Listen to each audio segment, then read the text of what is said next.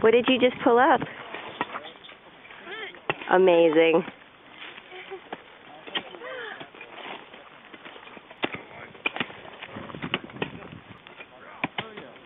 On one hand, there's like a really violent and really brutal history, and then on the other hand, there's like a really beautiful place. And I read something before that was saying that like these Sierra Nevada mountains were like something that maybe could have like perhaps helped like the people who lived here have some kind of like resilience and like ability to just live on, you know, in like such harsh circumstances.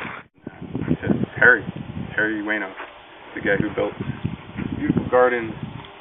He was very beloved. He created this space to help people take their minds off of everything else. This is a place where you can come and you can kind of meditate and find a little peace. So the police promptly arrested Harry. They took him to the jail. Now you've got double injustice, right? You've got 10,000 people put into a prison camp without charges, without evidence of any wrongdoing.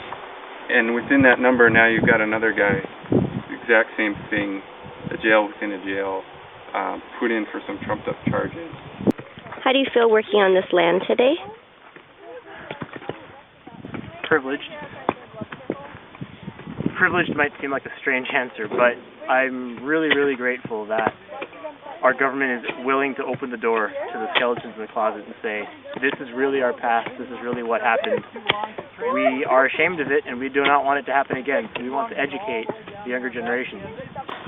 That we have the privilege to stand here and clear out this land so that other people can know what went on in Manzanar. I feel really lucky to be able to do that. I keep looking at down the way and like imagining it cleared and imagining like the way it looked, and so like it keeps me going. Like if I clear this, it'll be a better reminder of the past. This is when people had unjustly arresting our friends and putting them in jail. The wound is now it's starting to bleed. Right here where you're standing, in this Block 22 mess hall, just like we were in before, there was a meeting. They had a couple thousand people. Not everybody could even fit in the building. The meeting eventually spilled out into the fire break in the orchard. The plan was we're going to divide in half, and half of the group is going to march to the hospital, and we're going to finish off the job, because Fred deserves to die. And the other half of the group, we're going to march to the jail, and we're going to bust down the jail and break Harry out of jail. Especially after this experience, that there are questions that I wouldn't have even thought to ask, but being here and experiencing it is something that I think will help me to better understand her. And I mean, if you talk to her today, she's just normal, like American woman, and you would have no idea like that she has this history. But I know she remembers a lot of it, and so I want to know a little bit more. So they shouted, tear gas canisters out, no effect at all. Nobody disperses. The crowd gets bigger. So Connie sees this massive crowd of people just going over there. She doesn't live in Block 22. She doesn't know Harry or Fred. She just sees, wow, there's some stuff going on, and you want to go see what's going on? Sure, let's go see what's going on. People start gathering that have nothing to do with this. You got a bunch of, probably pimply 18, 19-year-old kids holding rifles. They've been trained to use those rifles. Somebody pulled the trigger. Next thing you know, a volley of gunfire. 12 people got shot, and 2 were killed instantly.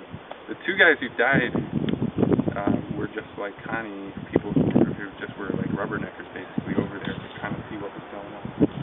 It's different than reading about it in a book or watching a movie about it. So I think working in the field it's allowed me to think more clearly about the experiences of the people who lived here. So I can sense their suffering in a way, although it's only 2 days, 4 hours each day. I get a little bit of an idea of what they had to go through. So that was one thing that I definitely will take back. It's just to be like more active, not just to have like this passive like, oh yeah, that's a really sad thing, or like, oh that's really bad, but like how can I actually, like what's my part in like making it better,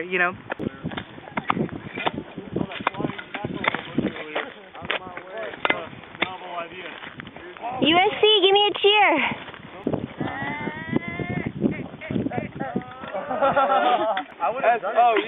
SOUTHRN. CALIFORNIA, Southern California.